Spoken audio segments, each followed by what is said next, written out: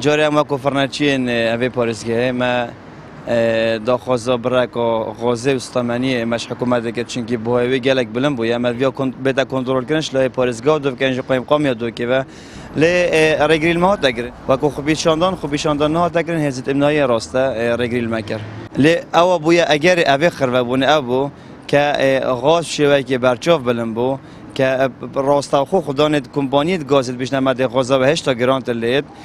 جارش هیا مبوری ام بیش نداش اسبوعچوی حتی فگاوه 100 دینار چون سر بهای 1 لیتر غازه ایدی وکی ما سردان اوی کمپانی کریو ما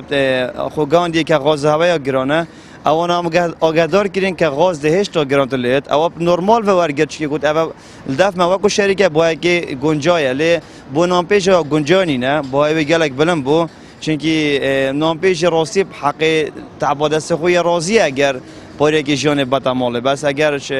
نشاجی او روزانه بتماله ایتر از بارنا که نام پیش خو سر بید خو بگیرید ده دستاش کار خو کشتن ده نام پیش خو عزل کردن بری سالو نیوا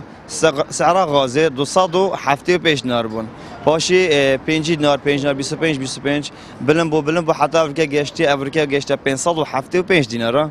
ل کمپانی جی بوان هر اف باید جی ارزانت بیشنامه دی باید گرانت لید دیگه حتی 800 هنده جارجی پیش میده دگرم گناه 1000 دیناره